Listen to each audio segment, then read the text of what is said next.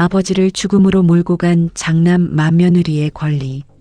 장례식장은 전쟁터였다. 상가도 되찾고 모두 기부택한 미망인의 분노. 여러분의 삶은 무엇으로 기억됩니까? 흙과 나무, 땀과 눈물로 쌓아 올린 견고한 집, 그 안에 깃든 가족의 희로애락. 여기 한평생 오직 두 손으로 일궈낸 성실한 가장이 있습니다. 그가 남긴 유산은 삶의 훈장이자 때로는 피할 수 없는 비극의 씨앗이 되었습니다. 76세 김숙일은 평생을 한길 몫으로 살았습니다.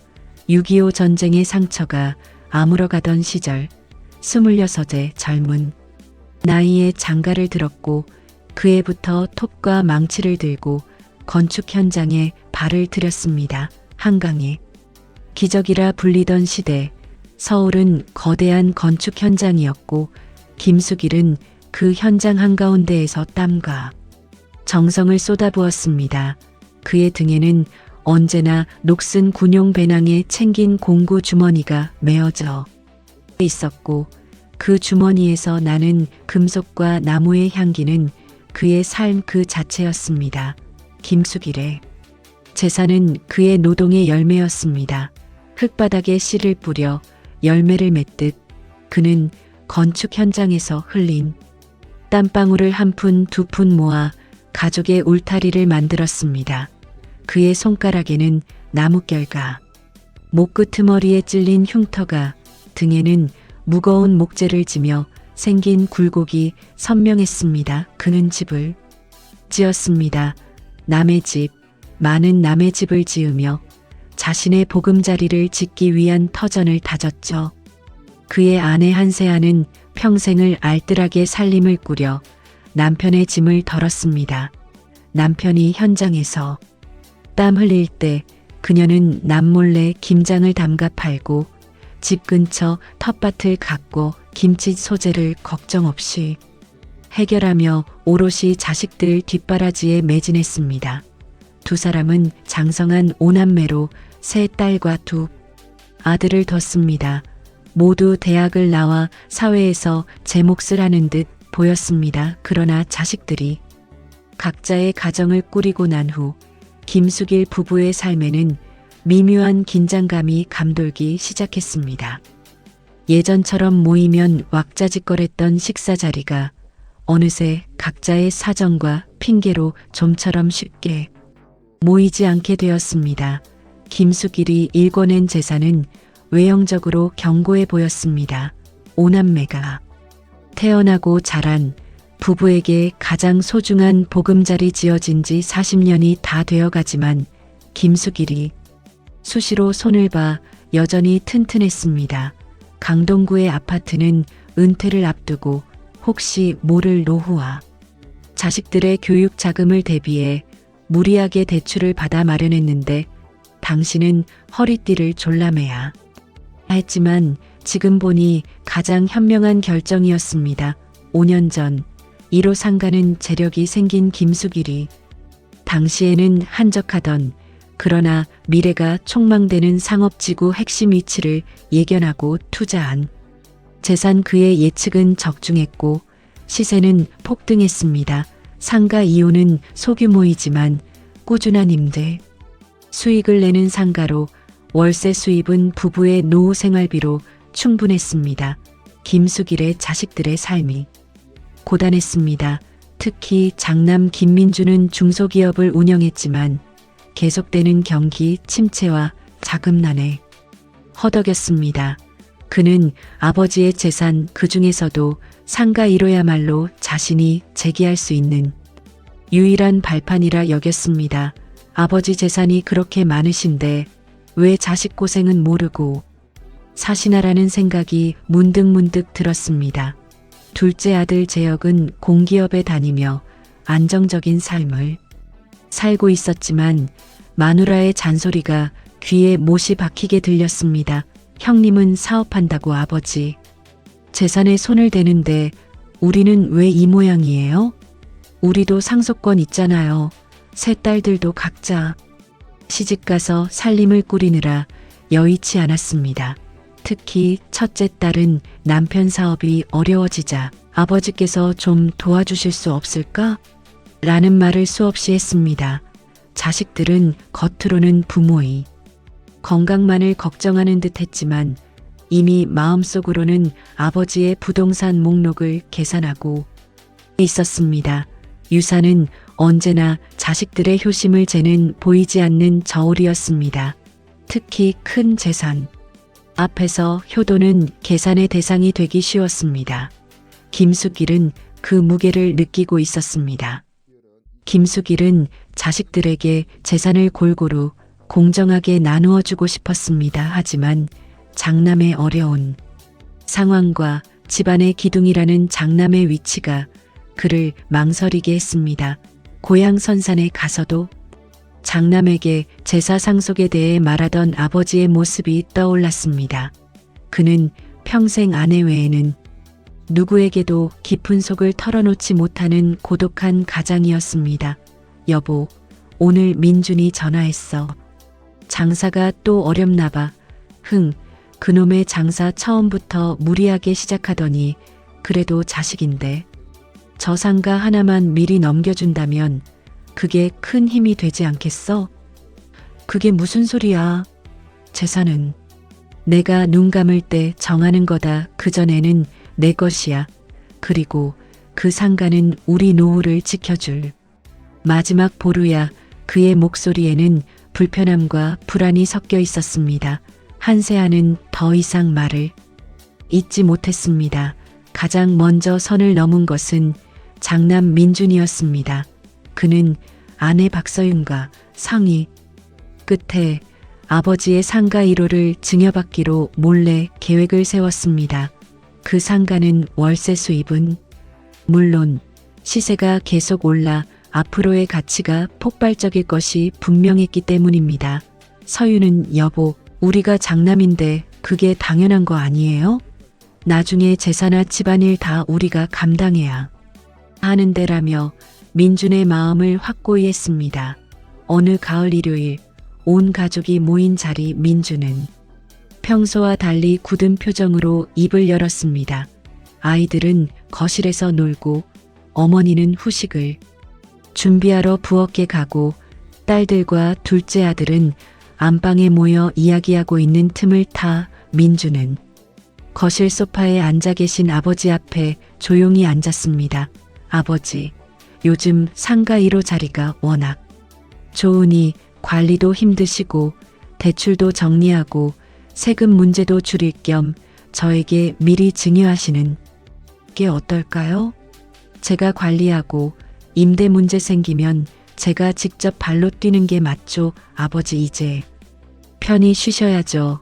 그리고 갑자기 무슨 소리냐.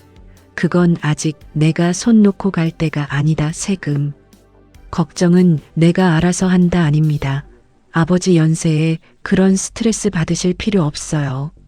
그리고 며느리 서윤이 부엌에서 나와 민준의 말을 받는다. 아버님, 저희가 장남이고 종가 아닙니까? 집안의 재산이 뿔뿔이 흩어지는 것보다 가장 좋은 것 하나는 장남이 굳건히 지켜야 합니다. 그게 집안의 권리고 전통이잖아요. 권리라는 말이 김수길의 귀에 비수처럼 꽂혔습니다. 평생 노동으로 일궈낸 재산이 자식의 권리로 규정되는 순간이었습니다. 그의 얼굴이 벌겋게 상기되었지만 그는 참았습니다. 한세아가 서둘러 나와자, 다 와서 단감이나 먹어 하며 자식들을 부엌으로 불러냈지만 그날 밤 김수길의 잠자리는 뒤척였습니다. 장남 민준과 며느리 서윤은 이후로도 끈질기게 증여 요구를 이어갔습니다. 그들의 요구에는 늘 하나의 강력한 명분이 있었습니다. 바로 제사를 지낸다는 전통적 책임론이었습니다.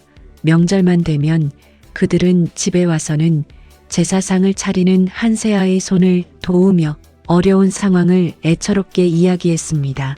시아버지, 저희가 장남이니 앞으로 명절이나 기제사, 집안의 대소사를 모두 책임질 것 아닙니까? 그런데 지금 저희 형편이 이 모양인데 어떻게 그 큰일을 해낼 수 있을까요?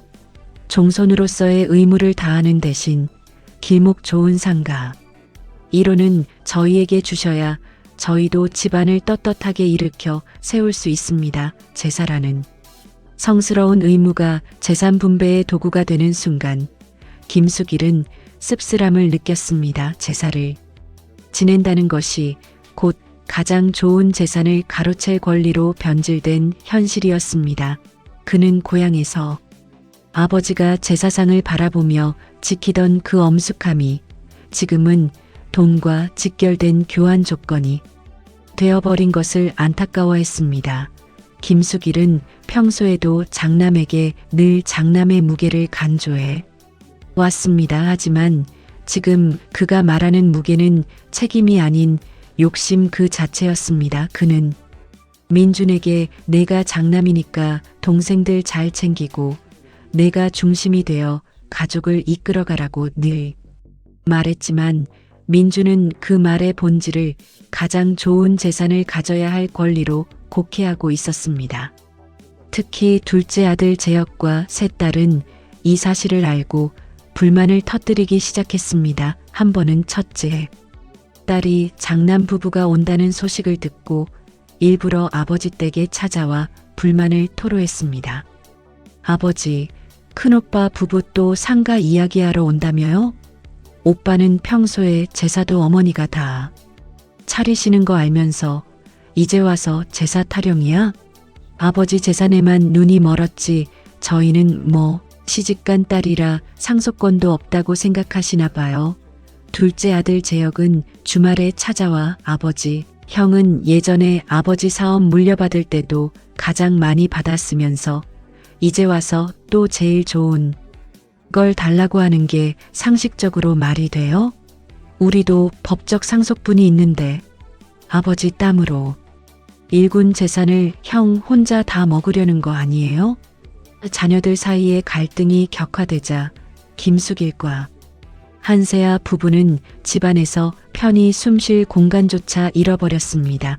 전화벨만 울려도 가슴이 내려앉았고 자식들이 찾아오는 일이 두려워졌습니다. 부모에게 가장 큰 위안이어야 할 자식들이 이제는 분쟁의 근원이 되어버렸기 때문입니다. 시간이 갈수록 장남 민주는 뒤로 빠지고 며느리 서윤이 아버지와의 대화에 전면적으로 나서기 시작했습니다. 그녀는 교묘하고 계산적이었습니다. 며느리의 요구 방식은 더욱 노골적이고 집요해졌습니다. 아버지, 더 이상 망설이실 필요 없어요. 요즘 세법이 바뀌어서 사전 증여하는 게 세금적으로 훨씬 유리해요. 이 서류에 도장만 찍으시면 모든 게 깔끔하게 해결돼요. 저희가 변호사도 다 만나봤어요. 아버지는 아무 걱정 안 하셔도 돼요. 내가 뭔데 내 재산에 이래라 저래라 하느냐. 내 손으로 일군 것을 내가 왜 이리 탐하느냐. 너희들의 욕심이 지나치다. 내 재산은 내 마음대로 할 것이다. 지금 당장 나가. 아버지, 저희 욕심이 아닙니다. 아버지의 노후를 위한 현명한 결정이에요.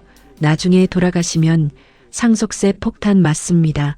그리고 저희가 잘 되면 결국 집안 전체가 잘 되는 겁니다.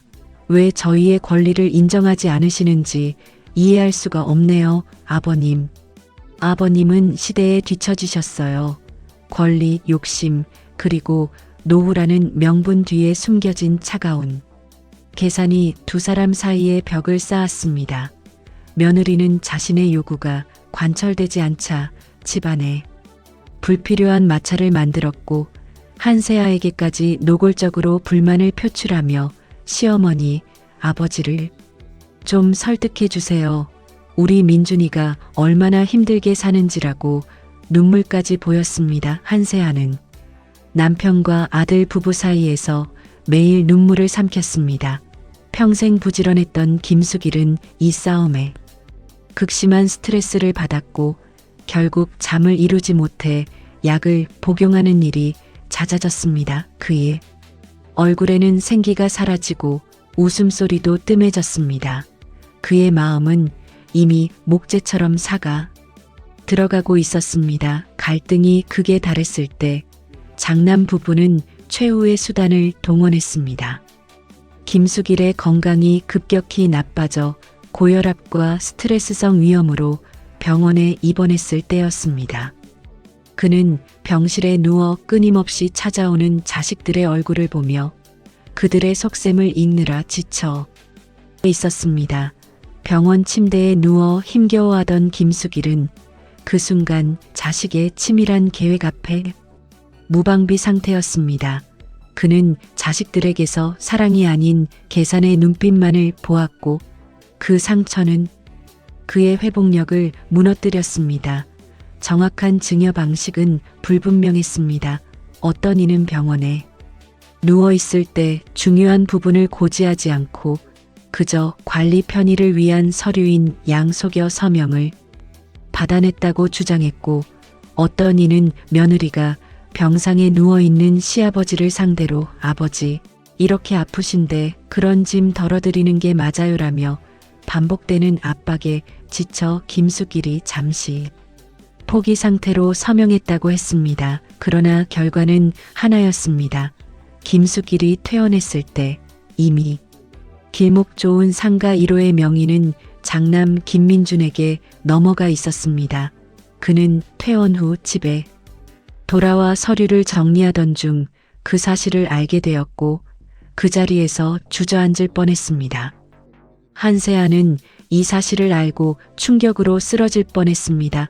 여보, 어떻게 그럴 수가 있어. 그게 우리 노후 보장이었는데. 김숙일은 배신감과 무력감에 휩싸였습니다.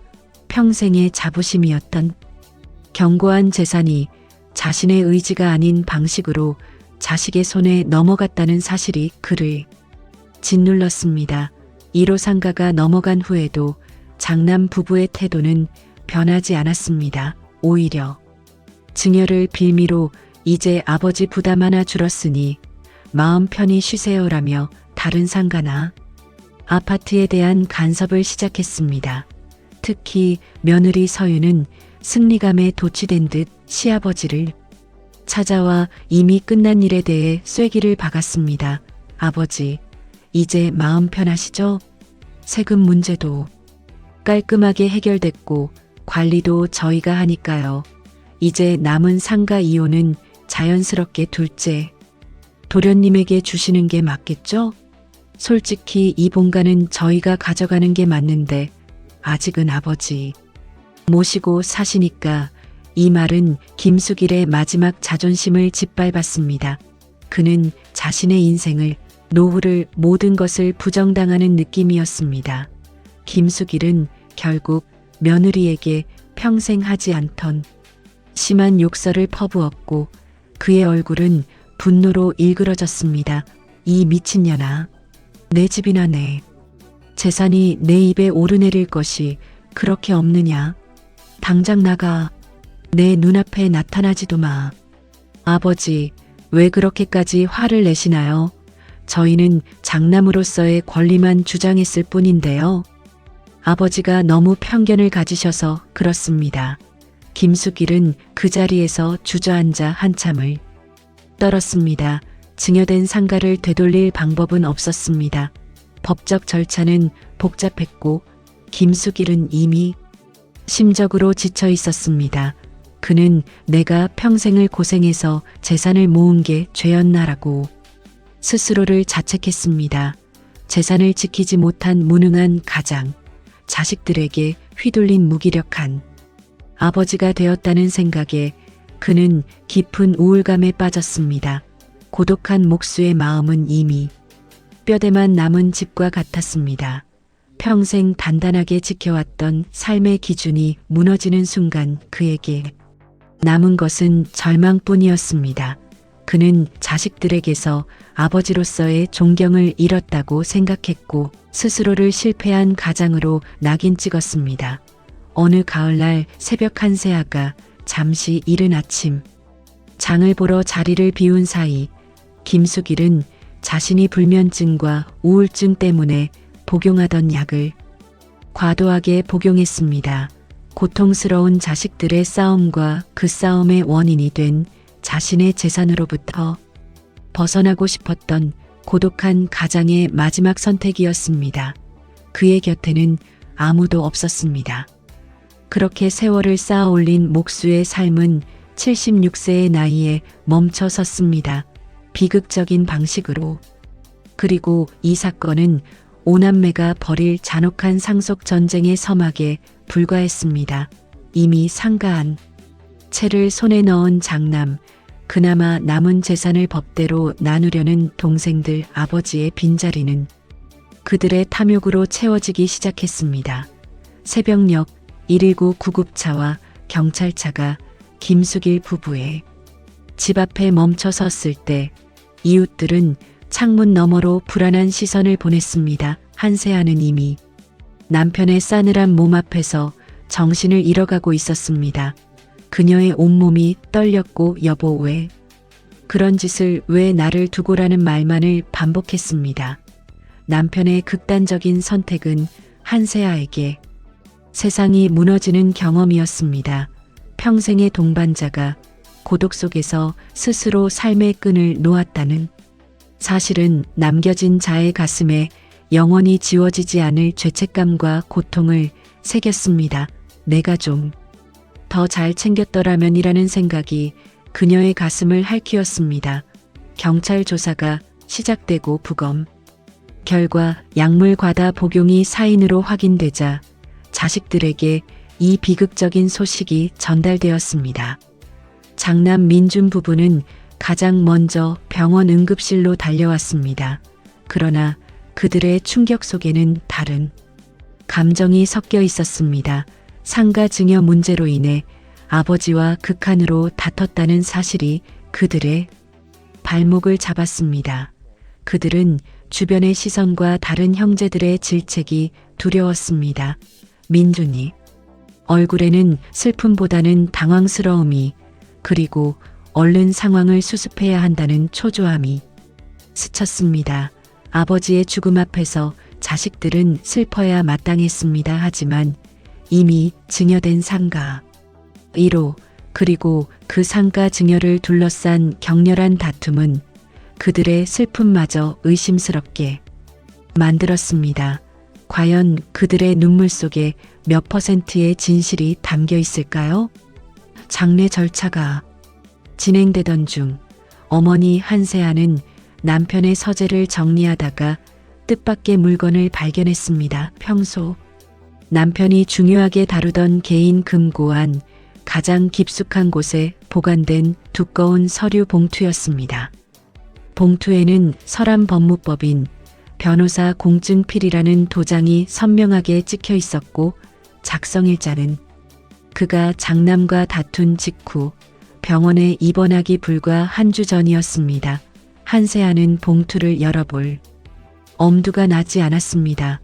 남편이 죽기 전까지도 말하지 않았던 비밀스러운 서류. 그녀는 이 서류가 남편이 자신과 가족을 위해 마련해둔 안전장치이기를 간절히 바랐습니다. 하지만 동시에 이 서류가 또 다른 파란을 불러올지도 모른다는 불안감에 사로잡혔습니다. 그것은 김숙일이 자신의 삶을 스스로 정리하기 직전 남몰래 진행했던 마지막 작업의 결과였습니다.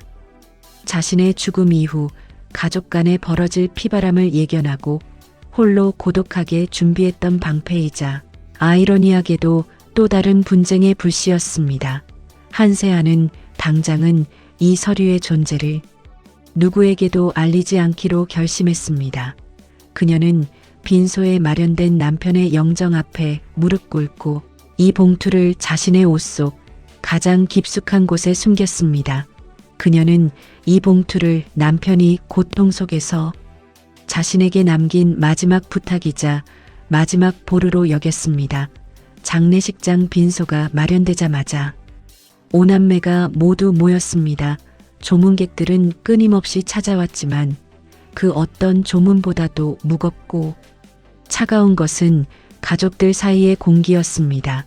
슬픔을 함께 나누는 것이 아니라 서로를 의심하고 경계하는 날선 기운이 감돌았습니다. 둘째 아들과 셋 딸은 장남 부부를 노골적으로 외면했습니다. 그들의 분노는 단순한 상속 문제가 아니었습니다. 아버지를 죽음으로 내몰았다는 생각에 대한 원망이 컸습니다. 저것 봐. 형 부부 아버지 영정 앞에서도 저렇게 태어날 수가 있어. 상가 1호 때문에 아버지가 얼마나 싸우시고 스트레스 받으셨는데 그 상가 지금 명이 우리 형 이름으로 되어 있지. 초상 치르는 내내 그 상가가 아버지 영정 앞에 서 있는 기분이야. 정말 치욕스러워. 양심이 있으면 저렇게 태연하게 상주 자리에 앉아있지도 못할 거야. 저 사람들 눈엔 슬픔이 아니라 이제 완전히 자기 재산에 대한 안도감이 보여. 장남 민주는 형제들의 차가운 시선을 알고 있었지만 오히려 더 뻣뻣하게 상주 역할을 수행했습니다. 그는 내가 장남이니 당연히 내가 상주를 서야 한다는 의무감에, 그리고 자신의 행동을 정당화하기 위해 더욱 격식 있게 행동하려 했습니다. 그들의 관계는 이미 돌이킬 수 없는 파국으로 치닫고 있었습니다. 3일장 중 둘째 날 밤 모든 조문객이 돌아가고 가족들만 남았을 때 숨막히는 침묵을 깬 것은 둘째 아들 재혁이었습니다. 그는 더 이상 형의 위선을 참을 수 없었습니다. 아버지의 빈자리가 너무나도 컸고 그 빈자리를 메우려는 형의 모습이 거슬렸습니다. 형, 이렇게 장례식장에서 아버지 영정 앞에서 얘기 꺼내는 것 자체가 불효인 건 알지만 더 이상 미룰 수 없어. 상가 1호, 어떻게 생각해? 다시 어머니 명의로 돌려놔야 하는 거 아니야? 지금 이 자리에서 무슨 헛소리를 하고 있는 거야? 이미 증여 끝난 재산을 뭘 돌려놔? 법적으로 완벽하게 끝난 거야. 아버지가 생전에 서명도 하시고 도장도 찍으셨다. 셋째 딸이 참다 못해 나선다. 오빠. 오빠가 아버지에게 어떤 짓을 했는지 몰라. 그 상가 때문에 아버지가 얼마나 고통스러워 하셨는데, 아버지가 그렇게까지 힘들어 하셨으면 그 증여는 원인 무효야. 무효라고. 원인 무효? 증여 과정에 아무런 문제가 없었어. 아버지가 자의로 하신 거야. 그리고 난 장남이야. 종가로서 집안의 재산을 지키는 건 내 권리이자 책임이었어. 너희들은 그걸 이해 못해. 장남 민주는 여전히 제사를 지낸다. 집안을 지킨다는 명분을 내세웠다. 남은 재산, 집과 아파트, 상가 2호, 이 중에서도 이본가와 상가 2호의 지분은 내가 제일 많이 가져가야 해. 종손의 몫이 따로 있는 거야. 아버지도 그렇게 생각하셨을 거야. 이에 동생들은 법적 상속분을 강력하게 주장하며 맞섰습니다. 말도 안 돼. 세상이 어느 시대인데 종손목 타령이야. 남은 모든 재산은 법에 따라 n분의 1로 공평하게 나누고 어머니는 특별 기여분을 인정받아 1.5배를 가져가야 해. 그것이 현대법이 정한 공평한 상속이야. 그리고 상가 1호는 반드시 소송으로 되찾아와서 상속 재산에 포함시켜 나누어야 해. 오빠 그만해. 지금 당장 재산 타령하는 것 자체가 아버지를 2번 죽이는 거야. 어머니가 아직 살아계셔. 어머니께 재산을 모두 드리고 어머니가 편히 누리시다. 돌아가신 후에 그때 가서 법대로 하자. 제발. 한세아는 이 모습을 지켜보며 숨이 막혔습니다. 남편의 영정사진이 싸늘하게 웃고 있는 것만 같았습니다. 자식들은 피 한 방울 안 섞인 남처럼 격렬하게 싸우고 있었습니다. 그녀는 차마 그들의 싸움에 끼어들 힘이 없었고, 다 내 탓이야. 내가 자식들을 잘못 키웠다는 자책감에 가슴이 미어졌습니다. 결국 이틀 밤 내내 이어진 재산 분쟁은 장례식장 전체를 싸늘하게 만들었습니다. 조문객들은 가족들 사이 이상한 분위기를 감지했고 오남매의 다툼은 이미 조문객들 사이에서도 공공연한 비밀이 되어버렸습니다. 장남이 상가를 미리 뺐었다더라. 아버지 죽음이 그 때문이란다 하는 속삭임이 흘러다녔습니다.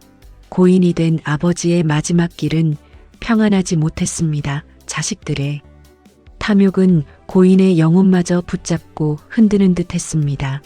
장례를 치르는 내내 그들에게 아버지는 더 이상 존경하는 부모님이 아니었습니다. 단지 분배되어야 할 유산 그 자체였습니다. 아버지의 생전 모습을 기리는 이가 없는 것만 같았습니다. 겨우겨우 상을 마쳤지만 오남매 사이에는 깊은 골이 생겼습니다. 상가 1호 문제로 인한 장남 부부와 나머지 사남매의 구도가 확고해졌고 이들은 남은 재산 분배에 대한 어떠한 합의점도 찾지 못한 채 서로를 원망하며 각자의 집으로 돌아갔습니다. 어머니 한세아는 텅 빈 집으로 홀로 돌아와야 했습니다. 남편이 떠난 후 한세아는 극심한 외로움과 고통에 시달렸습니다. 평생을 함께했던 동반자의 부재도 슬펐지만 더욱 그녀를 힘들게 한 것은 자식들의 끊임없는 요구와 분쟁이었습니다. 장례식이 끝나자마자 그들의 전화는 다시 시작되었습니다. 슬픔을 채 정리할 새도 없이 어머니 한세아는 곧바로 분쟁의 중심에 서게 되었습니다. 그녀는 남편의 재산을 관리할 권리를 가진 미망인이자 상속인이 되었지만 동시에 5자식의 요구와 욕심을 홀로 감당해야 하는 방패막이었습니다. 그녀의 노후는 평화로울 기미가 보이지 않았습니다. 장남 부부는 먼저 찾아와 남은 재산인 주택, 아파트, 상가 2호 중 주택을 미리 자신들에게 증여해 달라고 요구했습니다. 장남은 어머니를 모시고 살겠다는 효도를 명분으로 내세웠지만 한세아는 남편이 상가 1호 증여를 앞두고 겪었던 고통을 생생히 기억했습니다. 그 말이 거짓말처럼 느껴졌습니다. 어머니, 이 집은 저희가 살면서 관리하는 게 맞습니다. 어머니도 혼자 사시기 외로우실 텐데 저희가 이사와서 모실게요. 나중에 상속세 복잡해지기 전에 지금 저희 명의로 해두세요. 저희가 어머니 모실 준비 다 해뒀습니다. 반면 둘째 아들과 세 딸들은 어머니에게 절대로 장남에게 넘겨주면 안 된다고 강력하게 주장하며 거의 매일 어머니 집을 찾아와는 격한 어조로 상황을 분석해 주었습니다. 셋째 딸은 어머니에게 울면서 매달린다. 엄마, 큰오빠 부부 말 듣지 마세요. 저 사람들 집만 넘어가면 엄마 편히 못 사시는 거 몰라? 모신다는 건 핑계야. 집만 손에 넣으면 엄마를 내보낼 거야. 재산은 절대 움직이지 말고 저희가 법대로 오빠의 상가 1호 소송을 걸어 되찾아올 때까지 기다려주세요. 제발 엄마. 엄마, 저희가 가족회의도 해보고 변호사도 다 알아봤습니다. 엄마가 모든 재산을 관리하고 계셔야 소송에서 유리합니다. 절대 혼자 결정하지 마시고 무슨 일이 있으면 꼭 저희랑 먼저 상의하세요. 형은 이미 아버지를 속인 사람이에요. 한세아는 매일 아침 눈을 뜰 때마다 공포를 느꼈습니다. 전화벨이 울리면 자식들 중 누가 또 어떤 요구를 할지 혹은 서로를 험담하며 이간질할지 두려웠습니다. 그녀의 삶은 남편의 죽음 이후 자식들의 재산 분쟁에 인질로 잡힌 것과 같았습니다. 그들은 어머니의 슬픔보다는 어머니의 입장만을 걱정했습니다. 한세아는 오랫동안 망설였습니다. 남편의 유언이 없는 상황에서 누구의 편을 들어야 할지 아니면 자식들의 뜻대로 재산을 나누어 주어야 할지 결정할 수 없었습니다. 하지만 자식들의 다툼이 계속될수록 그녀는 남편이 고통스러워했던 이유를 고스란히 깨달았습니다. 돈 앞에서 무너지는 가족의 모습이었습니다. 남편이 그 고통을 이기지 못하고 떠났다면 자신이라도 이 싸움을 끝내야 한다는 생각이 들었습니다. 그녀는 최종적으로 결단을 내렸습니다. 자신이 어떤 결정을 내리든 자식들은 만족하지 못할 것이며 결국 가족은 산산조각 날 것임을 알았습니다. 그렇다면 차라리 법의 냉정한 판단에 맡기는 것이 자식들 사이의 영원한 전쟁을 멈출 수 있는 유일한 길이라 생각했습니다. 한세아는 조용히 변호사를 만나 법정 소송을 준비하기 시작했습니다. 남편의 유산 문제와 이미 증여된 상가 1호에 대한 원인 무효 반환 소송을 준비하기 위해 그녀의 마음은 무거웠지만 이것이 자식들의 탐욕스러운 분쟁을 멈추고 남편이 바랐을 가족의 평화를 찾을 수 있는 마지막 방법이라 믿었습니다. 어머니의 결단은 마지막 방어선이었습니다. 그러나 그녀가 법의 심판을 기다리던 그 순간 그녀의 품속에는 아직 아무도 알지 못하는 남편의 마지막 유언장이 숨겨져 있었습니다. 이 유언장은 이 가족의 파국을 극적인 반전으로 이끌게 될 것입니다. 어머니. 한세아는 변호사에게 남편이 불과 몇 달 전 장남에게 상가 1호를 증여하고 비극적인 선택을 하기까지 겪었던 심리적 고통을 상세히 이야기했습니다. 당시 김수길의 병원 기록과 불면증, 약을 처방받았던 내역 등이 증거로 제시되었습니다. 변호사님, 이 싸움을 끝내주세요. 남편은 재산 때문에 세상을 등졌어요. 자식들이 더 이상 돈 때문에 서로에게 칼을 겨누는 걸 볼 수 없어요. 상가 1호도 돌려받고 나머지 재산도 법이 정한 대로 공평하게 나누어지게 해주세요. 어머님 힘드시겠지만 결심을 이해합니다. 다만 증여 당시 아버지의 심리적 압박 상태를 입증하는 것이 핵심입니다. 가족 간의 소송이다 보니 감정적 대립이 더욱 심해질 수 있고 소송이 길어질 수 있습니다. 마음의 준비는 되셨나요? 그녀는 소송에 필요한 증거 자료를 찾기 위해 다시 한번 남편의 서재와 금고를 샅샅이 뒤지기 시작했습니다. 그리고 그때 장례식 때 몰래 숨겨두었던 남편이 생전에 남긴 변호사 공증 서류 봉투의 존재를 떠올렸습니다. 그동안 정신이 없어 잊고 있었던 그러나 항상 마음 한켠을 무겁게 했던 그 봉투를 말입니다. 한세아는 마음을 가다듬고 옷장 속에 숨겨뒀던 봉투를 꺼내 들었습니다. 봉투 표면에 선명하게 찍힌 변호사 공증필 도장은 이 서류가 단순한 메모가 아닌 법적 효력을 가진 완벽한 유언임을 의미했습니다. 한세아는 떨리는 손으로 봉투를 뜯었고 그 안에 담긴 남편 김수길의 또렷한 필체를 마주했습니다. 나는 유언을 통해 다음과 같이 내 재산을 처리한다. 이 유언을 작성하는 이유는 단 하나. 내가 죽은 후 내 피부치들이 돈 때문에 서로의 목숨을 걸고 싸우는 것을 막기 위함이다. 나는 평생 가족의 행복을 위해 살아왔으니 내 죽음으로 인해 가족이 헤어지는 것을 볼 수 없다. 유언 내용은 한세아가 예상했던 것, 즉 자식들에게 골고루 나누어주는 내용과는 완전히 달랐습니다. 그 내용은 너무나도 충격적이고 파격적이어서 그녀는 그 자리에서 그대로 얼어붙었습니다. 눈물이 주르르 흘렀지만 그것은 슬픔보다는 남편의 깊은 고뇌와 사랑을 이해한 감동의 눈물이었습니다.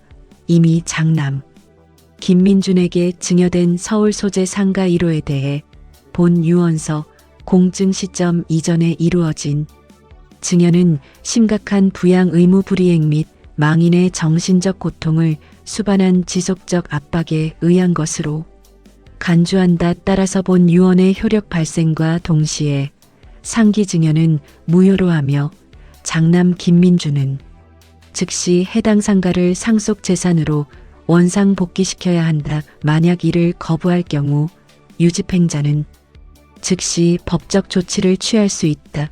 평생을 고생하며 나를 지켜준 나의 아내 한세아에게 서울 주택 및 아파트의 완전한 소유권을 증여한다. 이는 아내의 남은 노후를 위한 절대적인 안전장치로 하며 어떠한 상속인도 이의를 제기할 수 없다. 아내는 생전에 이 재산을 자유롭게 사용, 처분할 권리를 가진다. 원상 복귀된 상가 1호와 남은 상가 2호는 일체의 상속인에게 분배하지 않는다. 두 상가를 매각하여 얻은 전액을 인근 시립대학교의 사회복지 지원 및 전통 목공 기술 발전 연구 기금으로 전액 기부한다. 이는 내가 평생 일군 재산이 가족의 분란의 씨앗이 아닌 사회를 위한 밑거름이 되기를 바라는 마음에서다. 한세아는 법정 소송을 즉시 취소하고 오남매를 긴급하게 집으로 불러 모았습니다. 아버지의 유언을 찾았다는 말에 모두가 긴장한 표정으로 모였습니다. 그리고 한세아는 변호사 입회하에 남편의 유언서를 그들 앞에서 공개했습니다. 유언서의 내용이 낭독되는 순간 집안에는 폭풍우가 몰아쳤습니다. 가장 먼저 격분한 것은 장남 민준이었습니다. 그는 이미 증여받은 상가 1호를 도로 뺏긴다는 사실에 이성을 잃었습니다. 장남은 유언서를 집어들어 구겨 던진다. 말도 안 돼. 이건 유언이 아니라 횡포야. 아버지가 돌아가시기 직전에 정신이 몽롱하셨을 때 누가 압박해서 쓴 걸 수도 있어. 난 이 유언 절대 인정 못해. 이미 내 명의로 된 재산을 어떻게 기부한다는 거야. 이건 합법적인 증여야. 둘째 아들 재혁과 세 딸들도 충격과 당혹감을 감추지 못했습니다. 그들은 상가 1호를 되찾아오면 나머지 재산을 법정 상속분으로 나눌 생각이었지.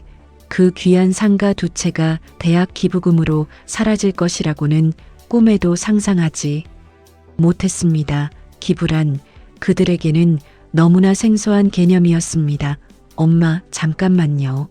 아버지, 유언을 존중하는 건 맞지만 모든 걸 다 기부한다는 건 너무 극단적이잖아요. 저희에게 유류분이라는 게 있잖아요.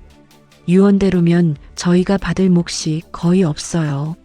아버지 재산을 사회에 다 주라니 이게 무슨 소리예요? 아버지, 너무하세요. 저희는 자식이 아니라 잡종이에요? 평생 자식 위해서 사셨으면서 어떻게 이런 유언을 엄마 말리지 그랬어요?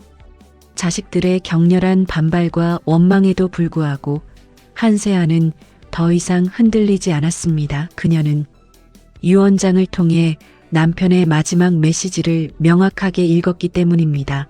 다들 입 다물어라. 나는 이 유언을 끝까지 존중하고 그대로 실행할 것이다. 너희들은 너희 아버지가 왜 이런 선택을 했는지 정말 모르겠느냐? 너희들의 끝없는 욕심과 다툼이 너희 아버지를 죽음으로 몰고 갔다. 너희들은 재산이 아니라 아버지를 원했어야 했다. 아버지는 너희에게 재산을 물려주는 것이 아니라 너희들 간의 싸움을 영원히 끝내는 것이 마지막 숙제라고 생각하신 거다. 상가 1호는 반드시 되돌리고 상가 두 곳은 아버지 유언대로 기부될 것이다. 그것이 나에 대한 효도다. 한세아의 단호한 태도와 이미 법적 공증까지 마친 유언장의 힘 앞에 자녀들은 더 이상 명분을 찾기 어려웠습니다. 장남은 상가 1호 반환에 대해 법적 대응을 시사했지만 김수길이 유언장에 명시한 증여 당시의 심리적 압박과 부양 의무 불이행에 대한 내용은 장남에게 치명적인 약점으로 작용할 것이 분명했습니다. 결국 긴 법적 절차와 공방 끝에 장남에게 증여되었던 상가 1호는 원상 복귀되었고 유언의 내용대로 상가 1호와 상가 2호 모두 매각되어 인근 시립대학교의 연구 및 장학 기금으로 기증되었습니다. 기증식에는 한세아와 변호사, 대학 관계자만이 참석했습니다. 오남매는 재산 다툼의 최종 승자가 아무도 아닌 사회가 되었다는 사실에 망연자실했습니다. 그들이 평생을 탐하고 아버지의 죽음을 불러온 그 거대한 분은 그들의 손을 거치지 않고 허공으로 사라져버렸습니다. 어머니는 주택과 아파트를 얻었지만 그 대가는 오남매의 유산을 날려버린 어머니에 대한 자식들의 끝없는 원망이었습니다. 아버지의 유언이 집행된 후 오남매는 어머니 한세아에게 차갑게 등을 돌렸습니다. 그들의 원망은 어머니의 유언 존중 결정에 대한 것이었습니다. 그들은 어머니가 자신들의 유류분 청구권마저 포기하도록 방관하고 사회 기부라는 비정상적인 선택을 막지 못했다고 비난했습니다. 그들은 어머니가 아버지의 편을 들어 자식들을 버린 것처럼 느꼈습니다. 돈이 가족을 묶었던 유일한 끈이었을까요? 유산이라는 매개체가 사라지자 오남매는 어머니와의 관계마저 일방적으로 끊어버렸습니다. 그들의 시선에는 어머니의 고독이나 슬픔은 없었습니다. 오직 자신들이 잃어버린 재산에 대한 허탈함과 분노, 그리고 효도라는 이름의 투자에 대한 배신감만이 가득했습니다. 이때부터 한세아의 삶은 극도의 고독으로 채워졌습니다. 그녀의 일상은 텅 빈 집에서 홀로 식사하고 홀로 TV를 보며 홀로 잠드는 것이 전부였습니다. 한세아의 73번째 생일 평소 같으면 자식들과 손주들이 모여 시끌벅적하게 생일상을 차렸을 날이었습니다. 하지만 이날 집에는 하루 종일 조용함만이 맴돌았습니다. 문자 한 통, 전화 한 통 오지 않았습니다. 한세아는 스스로 국수를 삶아 먹으며 남편의 사진에 여보, 나 혼자 먹네 중얼거렸습니다. 한세아는 홀로 정성껏 송편을 빚고 명절 음식을 차렸지만 자식들 중 그 누구도 찾아오지 않았습니다. 그녀는 상을 차려놓고 영정사진을 보며 오열했습니다. 아이고, 내 인생이 이렇게 되다니. 문자와 카카오톡 알림도 침묵 그 자체였습니다. 한세아는 텅 빈 거실에 앉아 TV에 나오는 설 특집 프로그램을 보며 명절을 보냈습니다. 장남은 물론이고 평소 어머니를 지지했던 둘째 아들과 세 딸들조차도 아버지의 재산을 모두 날려버린 어머니에게 등을 돌린 채 각자 조용한 명절을 보내고 있었습니다. 재산은 그렇게 다 가져가지 못할까봐 서로 죽일 듯이 싸우더니 정작 어미의 안부는 어미의 목숨은 재산보다도 못한 것이었더냐. 여보, 당신이 옳았어. 이게 우리 자식들의 참모습이었어. 한세아는 병원 진료나 몸이 아파도 자식들에게 연락하기를 주저했습니다. 연락해봤자 엄마 왜 혼자 못 가요? 라는 싸늘한 답변만 돌아올까 두려웠습니다. 그녀는 스스로를 세상과 단절시키며 남편이 느꼈던 그 고독을, 그 무게를 온몸으로 체감하기 시작했습니다. 남편은 재산 때문에 목숨을 잃었고 어머니는 재산 때문에 자식들을 잃었습니다. 그녀는 집과 아파트를 소유한 부자였지만 그녀에게 남은 것은 비어있는 공간의 공허함과 자식들의 원망, 그리고 홀로 맞이해야 할 무수히 많은 시간이었습니다. 그녀는 매일 남편의 사진을 보며 대화했습니다. 여보, 당신 뜻대로 다 했어. 재산 싸움은 더 이상 없어. 근데 난 이제 어떻게 살아야 할까? 나에게는 아무도 없구나. 그녀는 자식들의 연락 두절이 재산 분쟁의 최종적인 그리고 가장 잔혹한 결말임을 인정해야 했습니다. 그들은 유산 대신 어머니와의 인연을 스스로 끊어버린 것입니다. 시간이 흐르며 한세아는 고독에 익숙해지기보다 그것을 이겨내기로 결심했습니다. 그녀는 자신의 주택과 아파트를 관리하며 인근 복지관의 자원봉사 활동에 참여하기 시작했습니다. 홀몸 노인들에게 점심을 배달하고 아이들과 함께 책을 읽어주는 봉사였습니다. 그 과정에서 그녀는 나눔의 의미를 조금씩 이해하게 되었습니다. 그리고 남편이 상가 두 곳을 대학에 기부했던 그 나눔의 가치가 단순한 분노나 실망이 아닌 더 큰 사랑에서 비롯된 것임을 깨달았습니다. 김수길의 유언은 단순히 재산을 기부하는 행위가 아니었습니다. 그것은 자식들의 탐욕을 단절시키고 남겨진 아내에게 진정한 삶과 가치와 평화를 되찾아주려 했던 고독했지만 지혜로운 남편의 마지막 사랑이었는지도 모릅니다. 한세아는 비로소 그 사랑의 무게를 느꼈습니다. 한세아는 남편이 자신에게 남긴 주택과 아파트가 자식들의 눈에는 여전히 또 다른 상속의 대상으로 남아있음을 알았습니다. 그녀는 더 이상 자신의 죽음 이후에 자식들이 이 남은 재산으로 인해 또다시 싸우게 되는 것을, 남편의 마지막 뜻을 거스르는 것을 원하지 않았습니다. 결국 한세아는 남편의 마지막 유언을 완성하기로 결심합니다. 그녀는 자신이 소유한 주택과 아파트를 그녀 사후의 사회에 환원하기로 결정했습니다. 그것이야말로 가족의 분란을 영원히 봉인하는 길이라고 생각했습니다.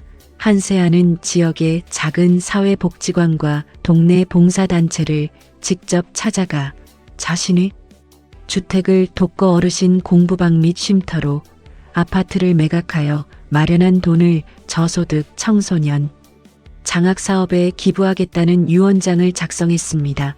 변호사님, 관장님, 제가 남은 이 집과 아파트 때문에 혹시라도 우리 아이들이 다시 싸울까봐 매일 불안해요.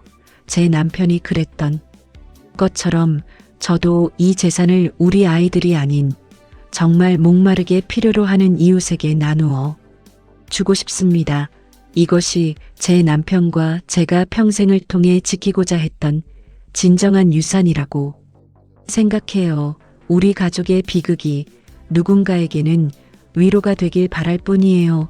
한세아는 자식들이 돌아오지 않는 고독한 삶을 살았지만 그녀의 마음은 이제 평화로웠습니다. 그녀는 재산 때문에 파국을 맞은 가족에게서 벗어나 스스로 자신의 삶을 정리하고 사랑과 나눔의 유산을 남기기로 선택했기 때문입니다. 복지관에서 봉사할 때면 한세아님 덕분에 밥맛이 나요라는 어르신들의 인사가 그녀의 가슴을 따뜻하게 채웠습니다.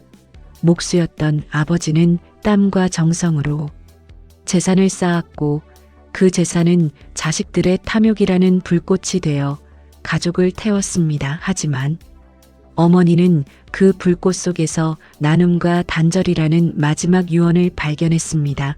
재산은 모두 사라졌지만 한세아에게는 자신이 선택한 고독한 평화와 사회로부터 존경받는 나눔의 삶이 남았습니다. 오남매는 모든 것을 잃었다고 생각했지만 정작 잃은 것은 재산이 아니라 우모의 사랑과 가족의 정이었음을 그들은 언제쯤 깨닫게 될까요? 오늘 사연 책방 이야기는 여기서 마무리됩니다. 자식들의 재산 다툼 속에 고독한 선택을 했던 아버지, 그리고 결국 그 재산마저 사회에 환원하고 홀로 남았지만 진정한 평화를 찾은 어머니의 이야기는 우리에게 깊은 울림을 전합니다. 유산은 나눔이 되어야 할까요? 분쟁의 씨앗이 되어야 할까요? 진정한 가족의 의미는 무엇일까요? 여러분의 소중한 가정에는 어떤 이야기가 있나요? 댓글로 많은 의견과 경험 나누어 주시면 감사하겠습니다. 저희 채널은 다음에도 가슴 먹먹한 현실 이야기, 가족의 이야기를 들고 돌아오겠습니다. 오늘 이야기가 여러분께 깊은 공감과 위로를 주었다면 좋아요와 구독, 그리고 알림 설정 잊지 마세요. 여러분의 소중한 경험이 누군가에게는 큰 힘이 됩니다. 오늘도 행복하세요. 감사합니다.